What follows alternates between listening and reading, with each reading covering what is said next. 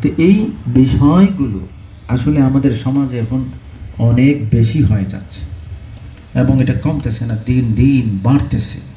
ঘরে ঘরে সমস্যা এটা দেখা দিয়ে দিছে, ঠিক কিনা? সেজন্য এটা আসলে অনেক গুরুত্বপূর্ণ এবং অনেক লম্বা বিষয়, আলোচনার দরকার আছে কোরআন হাদিসের আলোকে। কিন্তু এই টাইম, এই গরমে লম্বা আলোচনা আমি করব না।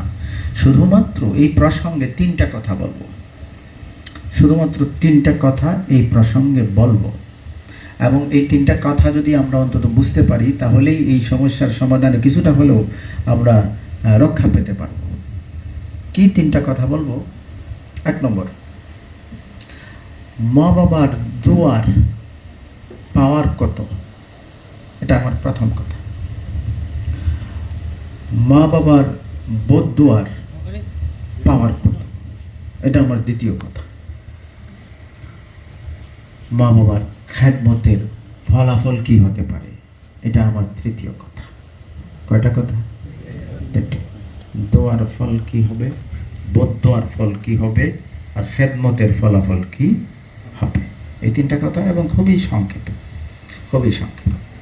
ভাইরা আমার, মা বাবার দোয়া এটার পাওয়ার কেমন, এই ব্যাপারে প্রথমে একটা কথা বলি। সেটা হচ্ছে, মা বাবা যদি গুনাহগারও হন, নাফরমান, গুনাহগার, পথভ্রষ্ট, আদর্শ ঠিক নাই, কথাবার্তা ঠিক নাই, এমন মা বাবাও হয়, তারপরও সন্তানের জন্য যদি দোয়া করে, মনে রাখবেন গলি মিস হতে পারে, এই দোয়া মিস হবে না। সালাসু দাওয়াতিন মুস্তাজাবাতুন লা শাক্কা ফীহিন দাওয়াতুল ওয়ালিদি ওয়া দাওয়াতুল মুসাফিরি ওয়া দাওয়াতুল মাজলুম। নবীজি বলেন, এই মা বাবার দোয়া কবুল যে হবে এর মধ্যে কোনো সন্দেহ নাই। বলেন সুবহানাল্লাহ। এটা আমার কথা না, এটা বিশ্বনবী সাল্লাল্লাহু আলাইহি ওয়াসাল্লাম এই শব্দ ব্যবহার করছেন, লা শাক্কা ফীহিন। নবীজি শব্দ ব্যবহার করছেন যে দোয়া যে কবুল হবে এর মধ্যে সন্দেহ নাই। বলেন সুবহানাল্লাহ। ভাইরা আমার, হাজারো উদাহরণ দেওয়া যাবে মা বাবার দোয়া কিভাবে কবুল হয়। আমি একটা উদাহরণ দিই। কোরআনে কারীমের পরে সবচেয়ে বড় কিতাবের নাম বুখারী শরীফ, নাম শুনছেন? আল জামিউস সাহিহ। তো এই বুখারী শরীফ যিনি লিখেছেন, ওনার নাম মুহাম্মদ, ইমাম মুহাম্মদ ইবনে ইসমাঈল। উনি ছোটবেলা চোখে দেখতেন না, চোখে পাওয়ার ছিল না। ওনার আব্বা ছোটবেলা মারা গেছে, ওনার আম্মা ওনাকে লালন পালন করেছে। ভাইরা আমার, এই শিশুর চোখে দেখেন না, চোখে পাওয়ার নেই। ওনার আম্মা দোয়া শুরু করছেন, আল্লাহ আমার বাচ্চাটার চোখের আলো ফিরিয়ে দাও, জ্যোতি ফিরিয়ে দাও, পাওয়ার ফিরিয়ে দাও। দোয়া করতেছেন, দোয়া করতেছেন, দোয়া করতেছেন। একদিন স্বপ্নে দেখেন ইব্রাহিম আলাইহিস সালাম এসে বলতেছেন, আল্লাহ তোমার ছেলের চোখ ভালো করে দিয়েছেন। ঘুম থেকে উঠে দেখেন সত্যি ইমাম বুখারী রাহমাতুল্লাহ আলাইহির চোখ ভালো হয়ে গেছে। ভালো যে হয়েছে, এমন ভালো হয়েছে, ভালো সাধারণ ভালো না, অস্বাভাবিক ভালো হয়ে গেছে। অস্বাভাবিক ভালো মানে কি? আগে সূর্যের আলোতেই দেখতেন না, কিন্তু দোয়ার পরে চোখে এমন পাওয়ার আসছে যে রাতে চাঁদনির আলোতে কিতাব লিখে ফেলেছেন। আগে দিনের বেলা সূর্যের আলোতেই দেখতেন না, কিন্তু মার দোয়া এমন ভাবে লাগছে, আল্লাহ চোখের মধ্যে এমন শক্তি দিয়ে দিচ্ছেন, এমন ভাবে চোখটা ভালো করে দিচ্ছেন, শেষে উনি যে কিতাব লিখছেন, লাইটও জ্বালানো লাগে নাই, চাঁদনি রাতে বসে বসে চাঁদের আলোতেই কিতাব লিখে ফেলাইছে। তো ভাইরা আমার, তো এটা বুঝতে হবে। এই জন্য প্রথম কথাটা মনে রাখবেন, মা বাবার দোয়ার পাওয়ার কথা। মা বাবা যদি নাফরমানও হন, তারপরও সন্তানের ব্যাপারে দোয়া করলে এটা কবুল হবেই, কোনো সন্দেহ নাই। বলেন সুবহানাল্লাহ। হ্যাঁ, সময় লাগতে পারে, অনেক সময়। আজকে দোয়া করছেন, এখন কবুল না হয়ে হয়তো 2 বছর পরে হবে। কবুল এখন হয়েছে, ফল 2 বছর পরে আসতে পারে, সেটা অন্য বিষয়। কবুল এখন হবে, কিন্তু এই কবুলের ফলটা আপনি হয়তো 3 বছর পরে দেখবেন, 5 বছর পরে দেখবেন। হতে পারে আপনার আম্মা আব্বা দুনিয়াতে থাকা অবস্থায় এটার ফল আসবে না, আর পরে আসবে, কিন্তু কবুল হবে এর মধ্যে আমার নবী বলেন কোনো সন্দেহ নাই। বলেন সুবহানাল্লাহ। কথাটা মনে থাকবে না ইনশাআল্লাহ। মা বাবার দোয়ার পাওয়ার কতটুকু? পাওয়ার হচ্ছে এতটুকু যে গুলি মিস হতে পারে, কিন্তু এই দোয়া মিস হবে না। মনে থাকবে না ইনশাআল্লাহ? এটা মনে রাখবে। আমার এক কথা শেষ, 3টা কথা বলার উদ্দেশ্য। ভাইরা আমার, 2 নম্বর যে কথা বলতে চাই সেটা হচ্ছে, মা বাবা যদি বদদোয়া দিয়ে দেন তাইলে এই বদদোয়ার শক্তি কেমন, তার পাওয়ার কেমন। এখানে একটা কথা মনে রাখবেন। আগে যেমন একটা কথা মনে রাখছিলেন, মা বাবা যদি নাফরমানও হন আর দোয়া করেন তাইলেও কি হবে? কবুল হবে। হয়তো উনার ব্যাপারে উনার দোয়া কবুল নাও হতে পারে, ওনার আমলের কারণে উনার ব্যাপারে যে দোয়া করতেছেন উনি নিজে, এটা কবুল নাও হতে পারে। বাচ্চার জন্য যেটা করবেন এটা মিস হবে না, এটা মনে রাখবেন। শেষ, এক কথা, এই কথা। এবার আসেন 2 নম্বর যেটা বলতেছি, বদদোয়া যদি দিয়ে দেন, এই বদদোয়ার অ্যাকশন পাওয়ার কতটুকু। এখানেও প্রথম যে কথাটা বুঝতে হবে সেটা হচ্ছে, বদদোয়া যে দিচ্ছেন কোনো কারণে যদি দিয়ে দেন, এবং যে ছেলেরে বদদোয়া দিচ্ছেন বা যে সন্তানকে দিচ্ছেন, সন্তান যদি আল্লাহর ওলিও হয়, এটা মনে রাখবেন, সন্তান খারাপ না, আল্লাহর ওলিও যদি হয়, আর যদি মা বাবা কোনো কারণে নারাজ হয়ে বদদোয়া দেন, এই আল্লাহর ওলিও বাঁচতে পারবে না, সাথে সাথে অ্যাকশন হয়ে যাবে। কথা বুঝতেছেন আমার? মা বাবা নাফরমান হলেও সন্তানের ব্যাপারে দোয়া কবুল হবে। সন্তান আল্লাহর ওলিও যদি হয় আর মা বাবা বদদোয়া দেন, তাইলে এই ওলিও বাঁচতে পারবে না। কথা বুঝতেছেন ভাইরা আমার? এই ব্যাপারে একটা উদাহরণ দেই। ইমাম বুখারী রাহমাতুল্লাহ আলাইহি 3 জায়গায় একটা ঘটনা উল্লেখ করছেন। কিতাবুস সালাতের মধ্যে আছে, কিতাবুল আম্বিয়ার মধ্যে আছে, কিতাবুল মাজালিমের মধ্যে আছে। كان في بني إسرائيل رجل يقال له جريج يصلي، جاءته أمه فدعته فقال أجيبها أو أصلي، فقالت والله ما تمته إلا تريه وجوه المومسات। ইমাম বুখারী রাহমাতুল্লাহ আলাইহি একটা ঘটনা উল্লেখ করতেছেন, নবীজি বলেছেন, আগের যুগের ঘটনা, নবীজি বলছেন। আবু হুরায়রা রাদিয়াল্লাহু তাআলা আনহু থেকে রিওয়ায়াত। আপনাদের কষ্ট হচ্ছে বেশি? আমি খুব খেয়াল করেই লক্ষ্য করি কথাগুলো বলতেছি, শর্ট করতেছি, কারণ আমি জানি পরিস্থিতি কেমন, গরম যে কি অবস্থা। তো ইমাম বুখারী রাহমাতুল্লাহ আলাইহি 3 জায়গায় বুখারী শরীফের হাদিসটা আনছেন, ঘটনাটা উল্লেখ করছেন। ঘটনাটা স্বয়ং নবীজি শোনাইছেন। তো ঘটনা কি? ঘটনা হচ্ছে, বনি ইসরাইলের একজন আল্লাহর ওলি ছিলেন, ওনার নাম ছিল জোরাইজ। এই জোরাইজ কি করতেন? উনি দুনিয়ার চাকচিক্য, রং তামাশা, দুনিয়ার কোনো বিষয় নিয়ে চিন্তা করতেন না। উনি খানকা বানিয়ে, এবাদতখানা বানিয়ে সারা দিন ওইখানে এবাদত বন্দেগী করতেন, নামাজ পড়তেন, তাসবিহ পড়তেন, জিকির করতেন, দোয়া করতেন, তওবা করতেন, ইস্তিগফার করতেন। ওনার আর কোনো ফিকিরই ছিল না, শুধু আল্লাহর বন্দেগী, এইভাবেই সারা জিন্দেগি চালায় যাইতেছেন। ভাইরা আমার, এত বড় আল্লাহর বলি খানকার মধ্যে বন্দেগীর মধ্যে সারাটা দিন রাত কাটান। একদিন ওনার আম্মা আসলেন, জাথু উম্মুহু ফাদাথু। আম্মা এসে বাইরে থেকে ডাকতেছেন, জোরাইজ জোরাইজ। তখন উনি নামাজ পড়তেছেন। কি করতেছেন? জোরাইজ নামাজ পড়তেছেন, মা বাহির থেকে ডাকতেছেন। ওনার নামাজের মধ্যে ওনার মনের মধ্যে আসছে, উজিবুহা আও উসাল্লি। কি করব? একদিকে আমার আম্মা ডাকেন আর একদিকে নামাজ পড়ি, কি করা যায়? তো উনি এই চিন্তা করতেছেন।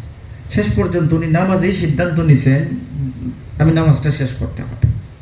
নামাজ যেহেতু পড়তেছি, তাইলে নামাজ আর ভাঙব না, এই নিয়ত করে নামাজ পড়াইতেছেন। মা ডাকছেন, মায়ের পরেও ডাকছেন, মার আবার ডাকছেন, এভাবে 3 বার ঘটনা ঘটছে। উনি নামাজে থাকার কারণে কি করেন নাই? জবাব দেন নাই। ভাইরা আমার, ওই সময় মা ডাকার পরে জবাব না পেয়ে সন্তানের ব্যাপারে ওনার মুখ থেকে একটা কথা বের হয়ে গেল। কি কথা, ইয়া আল্লাহ তারে তুমি মরণ দিও না, আল্লাহি লা তুমি তো হাত্তা তুরিয়াহু বুজুহাল মুবিসাত, আল্লাহ তুমি আমার সন্তানটাকে বেশ্যা মহিলার সাথে স্ক্যান্ডালে না জড়িয়ে মরণ দিও না, অর্থাৎ কোনো খারাপ মেয়ের সাথে কোনো কেলেঙ্কারিতে যাতে সে জড়িয়ে যায়। আমারটাকে যখন জবাব দেয় না, তাইলে তার এই পরিণতি যাতে হয়, এটা হওয়ার আগে তার মরণ দিও না। মা এই কথা বলে ফেলেছেন, হাদিসের শব্দ, লা তুমিথু হাত্তা তুরিয়াহু জুহাল মুমিসা। বদুয়া দিছে কারে? শুধু ছেলে বললে হবে না, আগেরটাও, আগের আর একটা কথা মনে রাখতে হবে, এক আল্লাহর ওলি রে, ওইটা মনে হয়, ওইটাই বিশেষ। অনেকে বলে আমি না, আমার আদর্শ ঠিক আছে, আমার চলাফেরা ঠিক আছে, নামাজ বন্দিগি ঠিক আছে, তো একটু উল্টা পাল্টা হলে তো আমার কিছু হওয়ার কথা না, আমি তো ঠিকই আছি, আমি সৎ পথে চলি, এই করেছি। সামান্য আব্বা আম্মা কোনো কারণে নারাজ হয়ে গেলে আমি আর কি করবো? মনে রাখবেন অবহেলার বিষয়টা। মা বাবার কোনো কারণে ওহ আহ শব্দ যদি বের হয়ে যায়, তাহলে আল্লাহর ওলি হলেও জান বসবে না। কথা বুঝতেছেন? এইটা মনে রাখ। তো মা বদুয়া দিয়ে দিয়েছেন, ওয়াল্লাহি লা তুমিতহু হাত্তা তুরিয়াহু বুজুহাল মুমিসাত। ও আমার ভাই, এখন কি হয়েছে? এখন তোমার চলে গেছেন, কথা একটা বলে চলে গেছেন। এখন ওনার ওই খানকার আশেপাশে বেশ্যা মহিলা, পতিতা, প্রস্টিটিউট মহিলা ঘুরতো, যারা শিকারী মহিলা, পুরুষকে খুঁজে, এই ধরনের খারাপ একটা মহিলা ঘোরাঘুরি করত। ফাতাআররাদাত লাহু ইমরাআতুন ফাকাল্লামাতহু ফাআবা। মহিলা এসে ওনার সাথে লাইন করতে চাইল, কথা বলতে চাইছে, লাইন করতে চাইছে, ক্রস কানেকশন তাই বলেন, কিন্তু উনি রাজি হন নাই।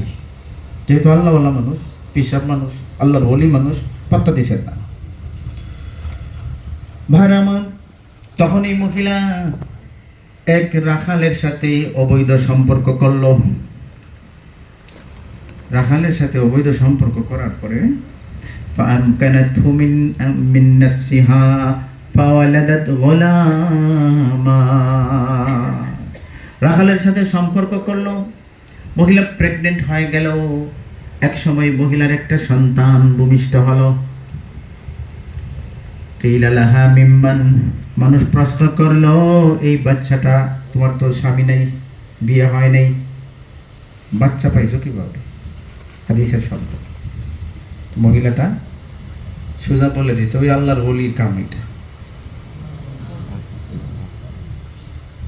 এখন তো মানুষ এমন বিগড়া বিগড়েছে, যারা এতদিন আল্লাহর ওলি হিসাবে সম্মান শ্রদ্ধা করত, এরা এসে হামলা করছে, হামলা করে উনার খানকা ভাঙছে, ভেঙ্গে উনারে টেনে নামাইছে, গালাগালি উত্তম একদম সব কিছু করছে, বেজ্জতি চূড়ান্ত সীমা করছে। এখন যেহেতু আল্লাহরও প্রিয় মানুষ তো উনি, আল্লাহ তাআলা শেষ পর্যন্ত ওনাকে বাঁচার একটা ব্যবস্থা কুদরতিভাবে করে দিয়েছেন। সেটা হচ্ছে ফাতাওয়াজ্জা ফাসাল্লা সুম্মা জাআ ইলাল গুলাম ফাকালা ইয়া গুলাম মান আবুকা ক্বালা আর-রাঈ। তিনি ওযু করলেন, নামাজ পড়লেন, নামাজ পড়ে এই ছোট্ট বাচ্চা, দুধের শিশু এসে তার পেটে হাত চাচ্ছে, হাত চেয়ে বলে, এই বাচ্চা তোর বাপকে বল। সে বলে, ওই রাখাল আমার বাবা।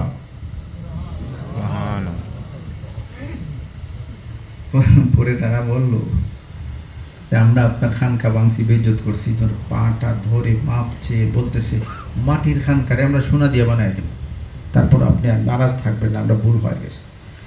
যাই হোক, তা আমি যে কথাটা বুখারী শরীফে 3 জায়গায় আসছে এই কথা, এই ঘটনাটা আমি যেটা বলতে চাইছি সেটা হচ্ছে, মা বদুয়া দিছেন কার উপরে? আল্লাহর ওলি এক ছেলের উপরে। সারা জীবন উনি বন্দেগী করতেছেন, এমন ছেলের উপরে বদুয়া দিয়ে ফেলেছেন। কিন্তু আল্লাহর ওলি হলে কি হবে? মা যে কথা বলেছেন, আল্লাহ এই কথা অনুযায়ী তার ওলিরও শিক্ষা দিয়ে দিয়েছেন। সেজন্য এই 2 নম্বর কথাটা মনে রাখতে হবে। মা বাবা যদি বদুয়া দেন কোনো কারণে, যত ভালোই হন, জান বাঁচবে না, ঠিক কিনা? মা বাবার বদুয়াকে ভয় করতে হবে। তো 2টা কথা শেষ। কয়টা কথা বলবো বলছিলাম? 3টা। 1 নম্বর, দোয়ার পাওয়ার কতটুকু, বদুয়ার পাওয়ার কতটুকু। আর এবার শেষ কথা, খুবই সংক্ষেপে কয়েকটা কথা বলে শেষ করি। মা বাবার সাথে ভালো ব্যবহার, খেদমতের রেজাল্ট, ফল কি হতে পারে? ভাইরা আমার, এই ব্যাপারে কয়েকটা কথা বলি। 1 নম্বর কথা হচ্ছে, মা বাবার সাথে কেউ যদি ভালো ব্যবহার করে, হযরত নবী করিম সাল্লাল্লাহু আলাইহি ওয়াসাল্লাম ফরমান, মান আহাব্বা আন ইয়ামুদ্দাল্লাহু ফি উমরিহি ওয়া ইয়াজিদা ফি রিজকিহি ফালইয়াবার ওয়ালিদাইহি ওয়ালিয়াসিল রাহিমা। সোজা কথায় সারাংশ হচ্ছে, মা বাবার সাথে যারা ভালো ব্যবহার করে, খেদমত করে, মন জোগায়, খুশি রাখে, আল্লাহ বলেন, নবীজি জানাইতেছেন যে আল্লাহ তাআলা ওই লোকের সব কিছুতে বরকত দিবেন, এমনকি হায়াতেও বরকত দিয়ে দিবেন। হায়াতেও বরকত দিবেন, নবীজি বলতেছেন। ভাইরা আমার, 2 নম্বর কথা হলো, মা বাবার সাথে যারা ভালো ব্যবহার করবেন, খুশি রাখবেন, আল্লাহ রাব্বুল আলামিন এই মানুষদের উপরে তো খুশি হন, দুনিয়াতেই তাদেরকে পুরস্কার দেওয়া শুরু করে দেয়। 3 নম্বর হলো, মা বাবার সাথে ভালো ব্যবহার করতে গিয়ে একদম ছোট ছোট বিষয়ের উপর আল্লাহ এত বড় বড় সওয়াব দিবেন। যেমন মনে করেন একটা হাদিস, এই হাদিসের মধ্যে আমার নবীজি ফরমান, কেউ যদি লানাউমুকা আলা সারিরি বাইনা ওয়ালিদাইকা তুযহিকুহুমা আও ইযহাকানিক আফদালু মিন জিহাদিকা ফি সাবিলিল্লাহ। নবীজি ফরমান, মা বাবার খাটে একজন শুয়ে আছে, বসে আছে, মা বাবার পাশে বসে আছে পালঙ্কে, খাটে, আর তাদের সাথে খুশ গল্প করতেছে, কথা বুঝবেন, দরকারি কোনো কথা না, এমনি হাসাহাসি করে, বলেন সুবহানাল্লাহ। মা বাবার কাছে বসে কি করে? হাসাহাসি করে, তারাও হাসাইতেছেন, সেও বিভিন্ন কথা বলে, তার আম্মারে হাসায়, আব্বারে হাসায়। হাসায় কেন? অসুস্থ মানুষ, বিভিন্ন টেনশন মাথায় থাকে, একটু তাদের মনটা যাতে ভালো থাকে, এইভাবেই চিন্তা করে বাচ্চা কাচ্চা হাসাইতেছে। আমার নবীজি ফরমান, আফদালু মিন জিহাদিকা বিসাইফি ফি সাবিলিল্লাহ, আল্লাহর রাস্তায় তলোয়ার দিয়ে যুদ্ধ করার চেয়ে এটা আরো বড় কাজ। একজন মানুষ তার জান দেওয়ার জন্য, ইসলামের জন্য ময়দানে জিহাদের জন্য অস্ত্র নিয়ে নামছে, আমার নবী ফরমান, ওই লোকটা অস্ত্র নিয়ে নেমে যেইভাবে সওয়াব কামাইতেছে, তার আম্মা আব্বার দ্বারে পরে হাসাহাসি করার মাধ্যমে আল্লাহ সেই সওয়াব তারে দিতেছে। সুবহানাল্লাহ। তাই হোক ভাইরা আমার, সেজন্যই আমরা বর্তমান যে পরিস্থিতি আমাদের সামনে আসতেছে, এই সমস্ত জিনিস আমরা দেখে সতর্ক হওয়ার দরকার, এবং এই কথাগুলো বুঝে আমরা আমাদের আম্মা আব্বার প্রতি যত্নশীল হওয়ার দরকার। আর যাদের আম্মা আব্বা পৃথিবীতে নেই, তাদের জন্য রাস্তা খোলা আছে, বন্ধ না। খোলা কি? সব সময় যদি তাদের জন্য দোয়া চালিয়ে যেতে পারেন, আল্লাহ জীবিত থাকলে খেদমতে যা দিতেন, মরণের পরে দোয়া চালাইলে এই জিনিসগুলো আপনারা দান করে দেবে। আল্লাহ আমাদেরকে কথাগুলো বোঝান, আমাদের তৌফিক দান করুন। আমিন। ওয়া আখিরু দাওয়ানা আলহামদুলিল্লাহি রাব্বিল আলামিন।